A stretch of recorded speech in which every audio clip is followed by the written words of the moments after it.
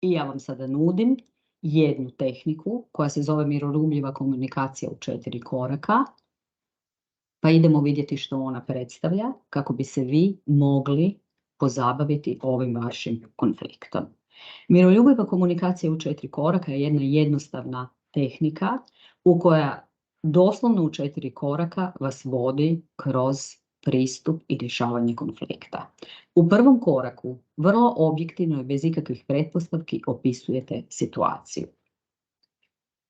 Znači što opisujete situaciju bez ikakvih predrasuda, govorite što se dogodilo.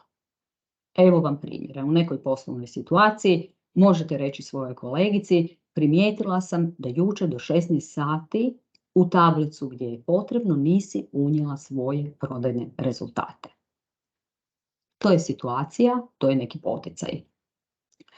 U drugom koraku izrazite te svoje emocije. Recite kako se osjećate, ali iznesite samo osjećaje ili dodatne argumente zbog čega je tome tako, vrlo kratko, bez ponovo ikakvih predrasuda.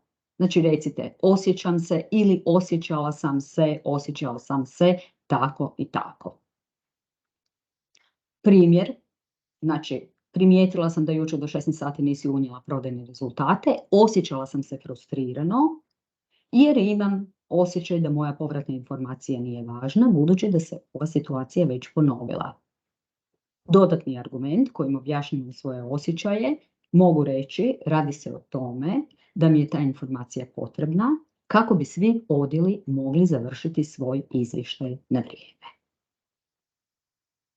U trećem koraku recite što vam je potrebno da se ta situacija razriješi. Kratko i jasno. Možete reći: ja sam u konačnici odgovoran ili odgovorna i važno mi je da sve funkcionira kako treba i da svatko od nas odradi svoj dio posla. U četvrtom koraku izražavate molbu za promjenom. Što je to što vam je potrebno? Razmislite o komunikaciji, možete koristiti zaista riječi molim te ili molim vas.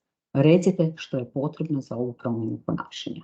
U našem primjeru to bi moglo biti: molim te, kažete kolegici molim te da od sada zadatak obaviš u zadanom roku, a ako bilo što predstavlja prepreku da mi javiš na vrijeme da se reorganiziramo.